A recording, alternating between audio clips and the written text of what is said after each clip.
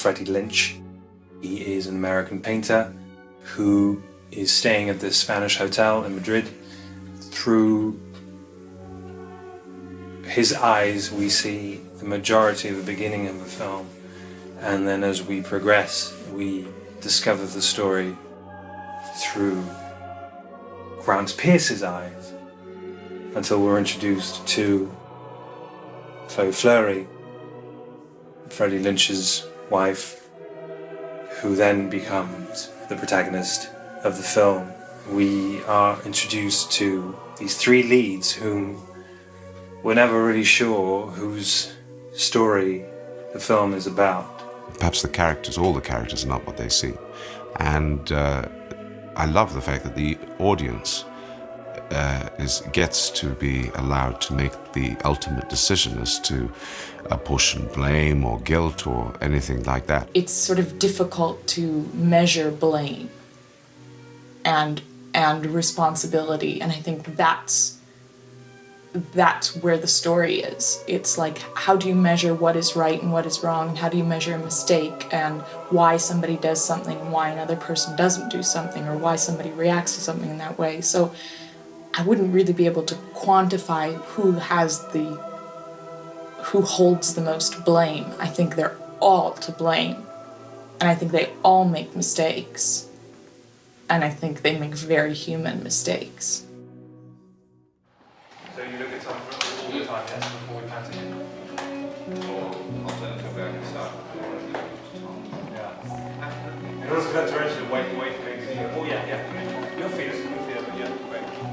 Thank you, Tom. Thank you, Andrea. More of the same. I knew Ben's script before I eventually, for a long time, before I eventually looked at the Strindberg.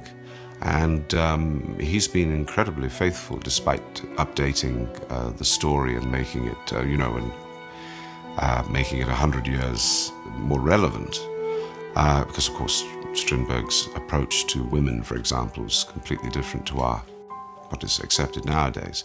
But he's retained many of the complex elements of the story and the psychology of it. We navigate a minefield, and what I love is the fact that the audience is considered and is given time to make up their mind. They're not force-fed, which happens so often nowadays, unfortunately. And a lot of things like setting the film in Spain and setting it in England and were partly accidental and partly meant to be, really. It's no one's home turf. It's just a neutral environment.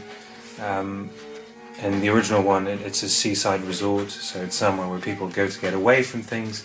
This one is in Spain. It's somewhere that is home to none of the characters, and it's a hotel where there is a certain impersonal aspect to it. It's walls, and it's a place that's filled with people and sounds and parties, and ironically, it's a place where a lot of very intimate things happen. You never really are fully aware of the amount of things that can happen in the hotel room. You go to different hotels and it's always the same dynamic. You show up, the people who work at the hotel seem to be very knowing of what happens in the hotel, but at the same time they decide to ignore it. But if you were to ask them things, they would probably be aware of many more things that you thought they'd be aware of.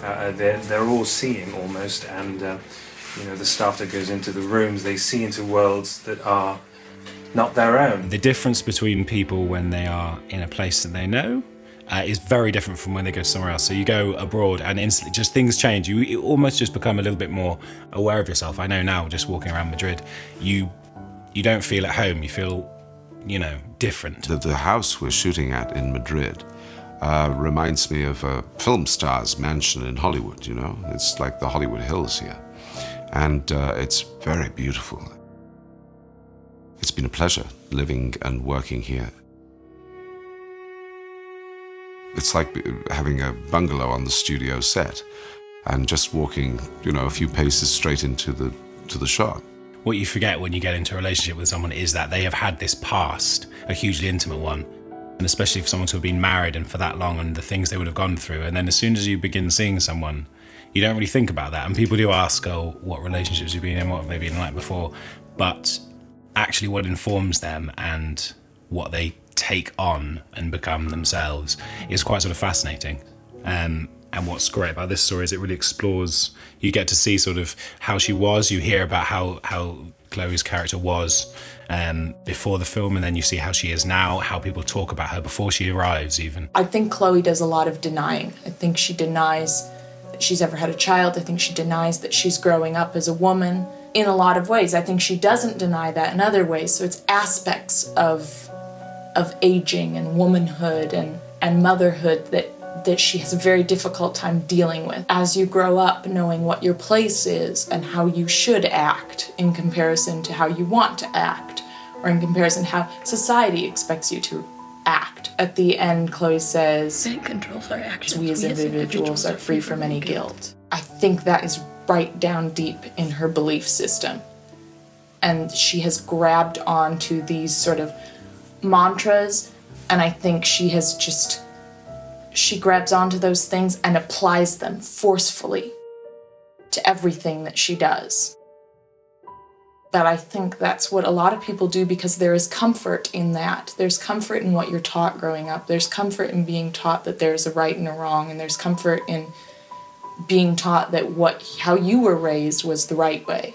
Una película se convierte en algo importante o algo de lo que te enamoras cuando te enamoras de un personaje. Aunque sea un secundario que aparece 3 veces, de repente esa película significa algo. Y creo que en esta película no hay personaje que no me haya enamorado directamente. Y creo que sobre todo Chloe me parece directamente fascinante, porque es un personaje tan único, que casi roza lo incomprensible, porque es una mezcla de opuestos tan extrema que casi no puedes entender cómo es un personaje tan coherente y tan humano cuando tiene cosas aparentemente tan desordenadas, tan caóticas. Pero al fin y al cabo, Chloe ha aprendido rápidamente cómo sobrevivir, ¿no? Y de alguna forma se apodera de Freddy, porque Freddy, cuando lo conocemos, Freddy era un hombre sano y feliz, un artista, y en el presente es un hombre taimado, física y mentalmente. Entonces ha sido la influencia de ella. Y ella, por otro lado, es fascinante, porque es una superviviente, es un ser luminoso que va a salir adelante como sea. Entonces, la gran víctima es el ser más puro, y es una de las cosas que más me ha fascinado de la película. Ben, his character, Freddie, I have a relationship. We decided that he had a sort of friendship. We know each other, so there is quite an ease between us. And I think that sort of helps to show the change in his character throughout the film. You get to see that he has someone that you can talk to very openly and sort of just simply to, and you think that Grant is that person, but obviously it very quickly descends into something else. And obviously it's so loaded with Chloe. When you see him with Chloe, it's quite nice. At the very small moments that he has with my character, you can see him being quite simple.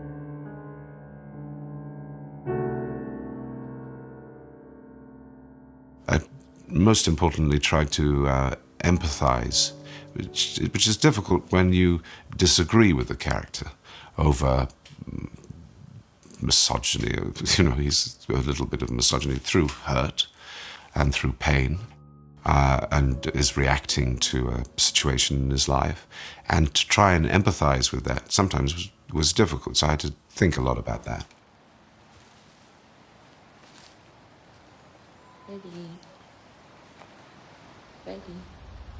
Ready.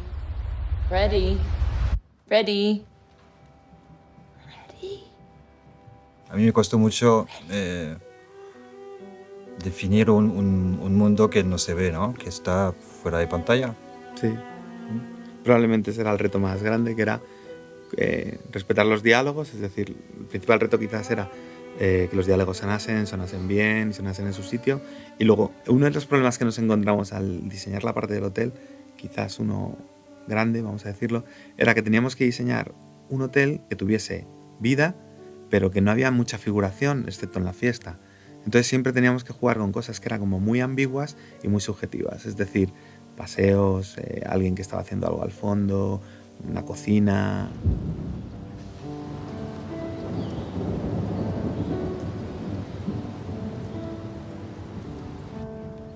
Morning. Recreamos impulsos, ¿no? Que son representativos, es como una fotografía ¿no? Una radiografía del sitio y te permite entonces recrear la acústica del lugar, ¿no? O sea, que usamos muchas reverb de estas que son imágenes sonoras de varios sitios. De espacios reales. De espacios reales, eso es.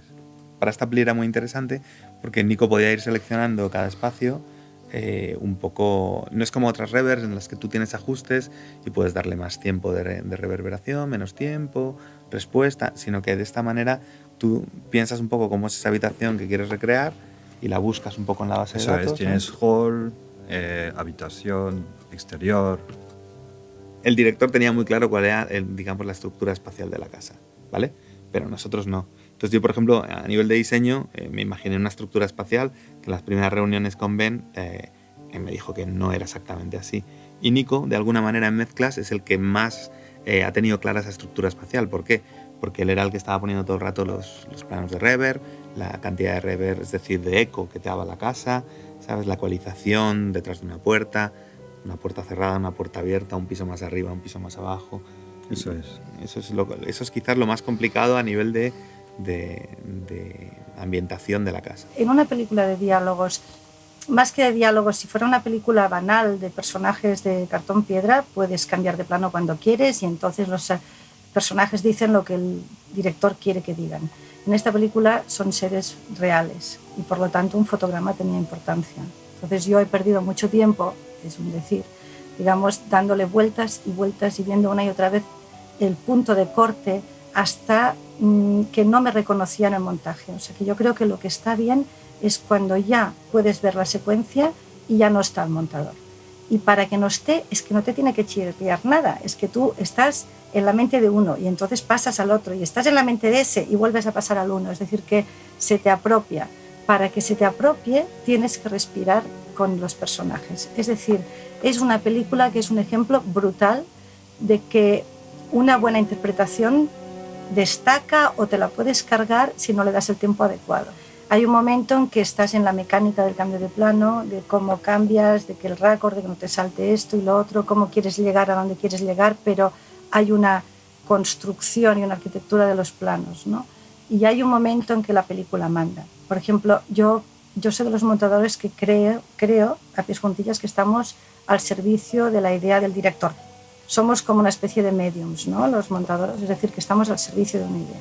Pero hay una película que el director ha imaginado, que ha escrito o no escrito, se ha apropiado de un guión o lo ha escrito, una película que ha rodado. Y entonces el montador normalmente estamos escuchando al director y queremos montar la película que él nos dice, de la que nos cuenta, pero a veces esa no es la película que ha rodado. Y en montaje tenemos que encontrar la película que el director ha rodado, no la que quería rodar, sino la que ha rodado. Y dentro de esa función que hace como de medium, pues a mí lo que más me importa es la intención del director, pero sin perder de vista que la película tiene que camina en una dirección y no la podemos cambiar. Y la dirección de la película es fundamental, ¿no? Y en este sentido hay momentos que uno quisiera hacer otra cosa y te manda la película. Y eso yo lo he notado en la película. Y lo he notado porque es muy fuerte el destino de estos personajes, ¿no?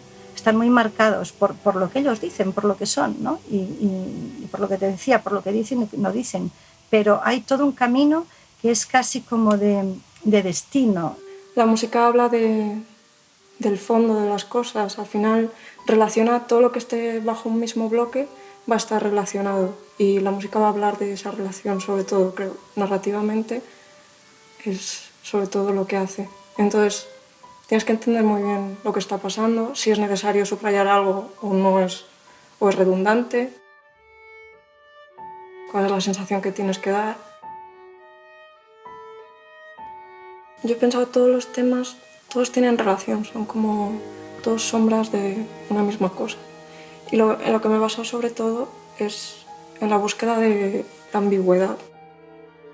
Realmente al final la película no tiene un tema principal, sino que hay como una variación constante, igual que la película parece variar todo el rato. ¿Quién es el protagonista? Pues realmente Freddy, pero por la relación con el público, creo yo, porque es con el que te entiendes más. Pero por lo demás es un cambio constante y de esa forma también en la música un poco pasa eso, pero todos tienen relación. Shooting in black and white, there's a certain aesthetic which I found would fit the film. Because you lose a lot of the colour information, what you need to then make sure that you have as a design choice are textures. So for example, costumes, Cura, Kolbeck, the costume designer, and I, what we played with the different characters and the different settings and places that the film took place in, we spoke about, and she particularly made sure that we would have different textures on the clothes, not just patterns visually, but also sort of a certain kind of embroidery on someone's shirt or someone's tie, Chloe's tops, not just having that stripy crisscross black and white contrasting wild sort of aspect of that top, but also having the oily, almost petrol-like aspect of her, leggings. Grant's costume has a certain elegance, but a sort of certain nonchalance that feels a little curious and attractive at the same time. And Freddie is a constant display of drab and anemic colours, and as he goes along in the story as well, he keeps losing light and faith, and so there's a certain energy fading and disappearing in his costume and in general in his being. So they're all very tied to storytelling. Shooting in the church at the very end of the film was just purely born out of the need to find a different space, and that was one of the very last things that I had to plan for and adapt the script to. And somewhat it tied the whole thing together, because the location, the hotel where we shot, there were a lot of religious relics. They're very, very expensive, very old relics, and some of them are actually from the 1500s and from the Renaissance. Particularly there's a Christ sort of hanging over the stairs that is an actual piece from the 1600s. And there's a lot of tapestry and a lot of history in a place that somewhat still feels impersonal. But all that ties then to the incredible space that is this church, that is only a couple of blocks away from the actual place where we shot most of the hotel action. And this is a very modern church. It's a Catholic church, a Roman Catholic church, and however the way that it's built and sort of the architecture has a very I hesitate to say not Scandinavian, but there is a very modern Spanish and very calculated sort of sobriety to the building, and the stages of the cross, and the altar and the cross itself is a window, and we did shoot at night, but during the day that window fills with light and then illuminates and becomes a light, which is just the cross. But then at night what we did find is that the textures of the walls and the statues and the faces that are carved into the walls gave us a lot of opportunities to light, and certainly Ben gave him a lot of opportunities to find a way to play with the imagery that we were surrounded by. It's a scene where there are two characters for most of the duration of the scene itself, but if you look closer, they're not alone. They're surrounded by faces, they're surrounded by people, and they're surrounded by, if you believe it, a presence, a very obvious presence. Ben has taken to this very quickly, like a duck to water. So I never really felt when he was directing me, when he wasn't in the scene. So just simply as a director, I never felt that he wasn't in control. I felt very comfortable. So I really have nothing to say to that other than I thought he was brilliant. He's taken to it very quickly as a first-time director. It was quite interesting having him on set when he was in the scene and directing it as well. But again, it never really came up. I always felt comfortable, clean and comfortable. I think because we talked quite a lot before we did anything. So we'd speak before, we'd arrive in the morning and have a conversation about the scene. We read through it and then we talk very simply. So it wasn't really to do with any of the setup to the directors. It was more just talking, almost like you would with an actor. You discuss the scene, what you thought, what you were going to bring to it. And then when we got on set, he sort of very quickly and professionally just sort of changed gears, but never sort of left us floating. He's very supportive, and he's my friend. So that's just been a pleasure and an honor to work with him on it. I found that it was more about being open to collaboration and being ready to